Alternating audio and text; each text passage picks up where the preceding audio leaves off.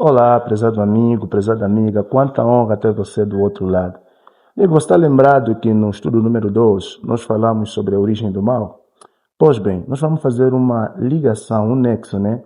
Do estudo número 2 com hoje com o estudo número 4 falando sobre o plano da salvação.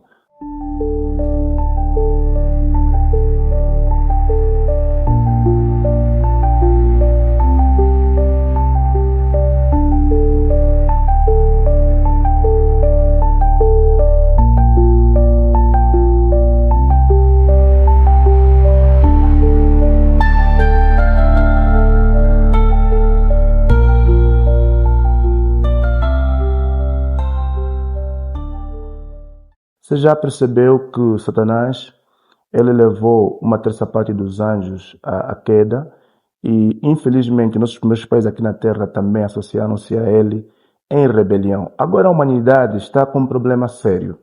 Uma vez que a humanidade caiu, automaticamente o inimigo continua a levantar o recular.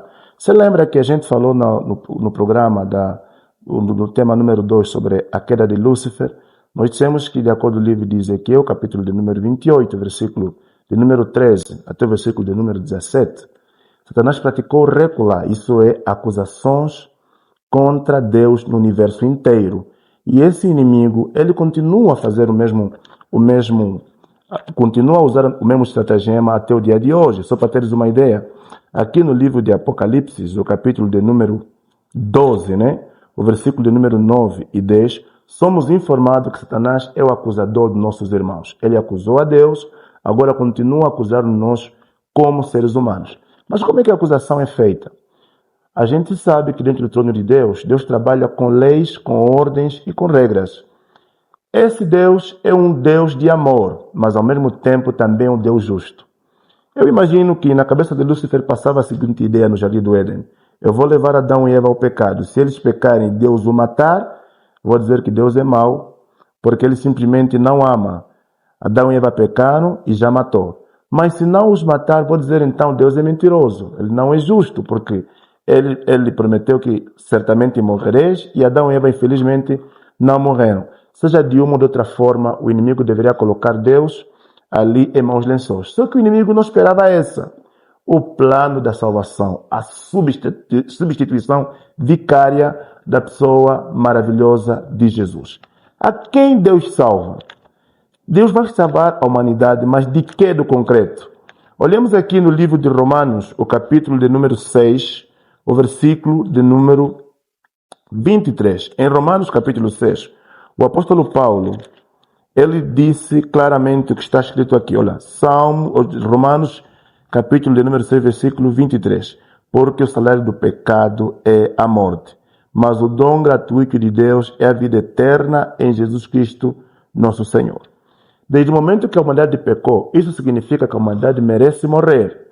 Todavia, Deus, pela sua infinita misericórdia, pelo seu infinito amor, ele substitui a nossa morte pela vida. E essa vida tinha que ser portada por alguém que é Deus em pele humana. Isto é, a pessoa maravilhosa de Jesus Cristo. Mas a quem Deus vai salvar de concreto? Será que existe um grupo seletivo a quem Deus há de salvar? Ou todos vão estar ali envolvidos? O livro de Romanos, ainda o capítulo 5, versículo de número 12, diz: portanto, assim como por um só homem entrou o pecado no mundo, e pelo pecado veio a morte, assim também a morte passou a toda a humanidade, porque todos pecaram. Isso significa, meu estimado amigo, minha estimada amiga, que nós todos merecemos morrer. Mas Deus, pela sua infinita misericórdia, ele envia Jesus como nosso substituto sacrificial, a fim de que nós possamos ter a vida eterna. Foi assim que o maravilhoso e soberano Jesus desceu do céu, se encarnou, ele pisou nessa terra, experimentou cansaço, experimentou dores, e aí vem um caso curioso, um caso interessante. Lá, por volta de quarta-feira do dia antes da sua crucifixão, ele esteve num monte chamado Monte Getsemane. E lá no Monte Getsemane, amigo e amiga, ele estava passando uma situação difícil. O inimigo e todos os seus demônios se aglomeraram ao redor e faziam acusações fortes contra Jesus Cristo.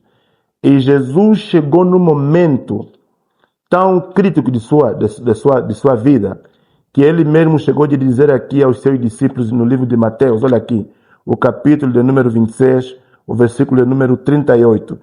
Em seguida, Jesus foi com ele a um lugar chamado Getsemane e disse aos discípulos: sentam-se aqui enquanto eu vou ali para poder orar. E Jesus chegou ali, prezado amigo, e quando levantou-se, diz o texto bíblico, levantou-se, ele viu Pedro e os 2 filhos de Zebedeu e começou a sentir-se tomado de tristeza e de angústia. E o versículo 38 então ele diz: a minha alma está profundamente triste até a morte. Fiquem aqui e vigiem comigo. Prezado amigo, prezada amiga, ali no Monte Getsemane, Jesus estava num momento psicológico tão crítico, mas tão crítico, que inclusive os médicos dizem por ali que naquela ocasião parece que a água no corpo de Jesus acabou, porque você sabe que o nosso corpo é composto de água. E neste momento ele começou a experimentar um momento tão crítico da sua condição psicológica que começou a acontecer uma coisa que os médicos chamam de hematidrose. Isso é o escorrer sangue em forma de suor. O inimigo dizia: olha, você está ali com os discípulos, disseste para eles poderem orar, eles estão ali a descansar. Judas já foi te trair. Pedro vai te negar. Todos vão te abandonar. E Jesus naquela ocasião olhava para o céu e dizia: Pai, se for possível, passa de mim esse cálice. Não tardou, vieram os soldados romanos, Judas Iscariote, beijou Jesus, foi levado até Pilatos. E lá no tribunal de Jesus, naquela época, no Sinédrio, havia aquela parte vertical que os judeus chamavam de stipes, e havia o patíbulo, que é a outra parte horizontal da cruz. O patíbulo é que ficava lá no Sinédrio. Já os stipes ficava lá no lugar da crucifixão, que é no caveira. Cristo foi julgado de noite de forma injusta, porque os julgamentos naquela época aconteciam de dia. E ali ele foi julgado, foi condenado, foi sentenciado à morte. Naquela manhã de sexta-feira, Jesus carregava o patíbulo sobre si, cansado, faminto, e ele contemplava com o olhar da fé, com um horizonte, com um olhar de omnisciência, toda a humanidade que viria a ser salva por ele. Ele contemplou a Segunda Guerra Mundial, a guerra da Rússia e a Ucrânia, a guerra do Bósnia, a guerra do Camboja e todos os conflitos sociais que existem nesse planeta, ele contemplou. E ele pensava consigo mesmo: se a única forma que eu tenho de salvar a humanidade é passar por tudo isso, então eu vou. Foi assim que ele foi crucificado, numa morte ignominiosa. O universo todo contemplou esse cenário. É dali, prezado amigo e prezada amiga, que vem um dos textos maravilhosos. Possivelmente você tem lido, é o verso áureo de toda a Bíblia, na verdade. E esse texto está aqui no livro de João, o capítulo de número 3, o versículo de número 16. Olha ali, João 3, versículo de número 16. A palavra do Senhor diz: porque Deus amou o mundo de tal maneira que deu seu Filho unigênito, para que todo aquele que nele crê não pereça, mas tenha a vida eterna. Esse texto é tão maravilhoso, mas tão maravilhoso, que inclusive Richard Leidick, ele escreve esse livro aqui, Sem Enigmas. E nesse livro, quando ele faz um estudo exegético da palavra de tal maneira, ele chega a uma conclusão que pouco é mencionado. Ele fala aqui da palavra rotos, E essa palavra rotos, que em português poderia significar dessa maneira, mas os autores se encarregam de traduzir de tal maneira. Essa palavra dessa maneira está intrinsecamente ligada com o versículo 14 e versículo 15, que diz que como Moisés levantou a serpente de bronze no deserto, é dessa maneira que Deus amou o mundo, que deu o seu Filho unigênito. E na página de número 20, ele diz: o Pai deu seu Filho, porque considera os filhos rebeldes de Adão como pessoas de grande valor. Na prática, um valor tão imenso que mereceu a crucifixão de seu filho. Essa percepção em si é suficiente para fazer de João 3,16 um texto incrível. Jesus valorizou você. Ele pensou em ti, amigo.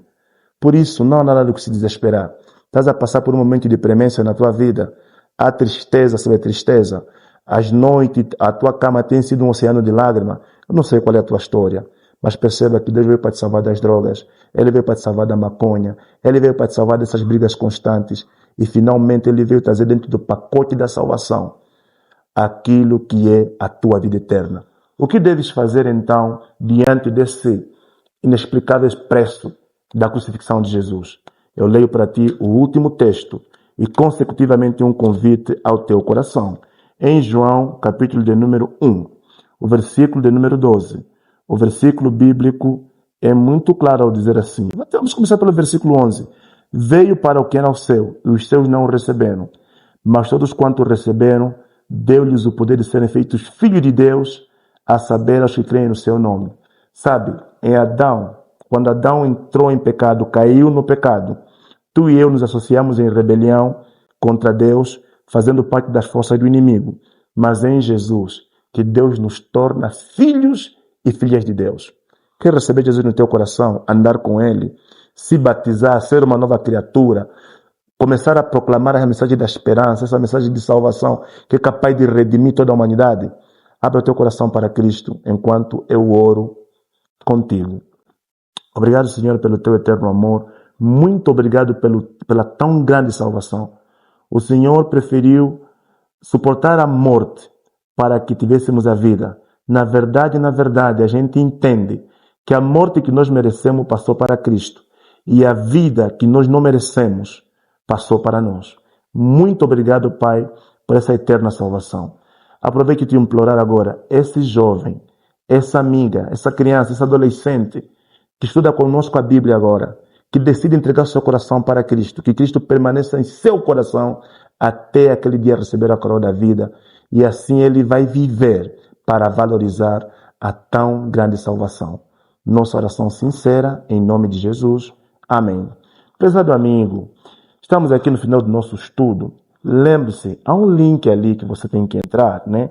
Para você fazer os questionários dos estudos bíblicos do dia de hoje e, consecutivamente, os outros estudos também que hão de acontecer. Que Deus te abençoe. Forte abraço.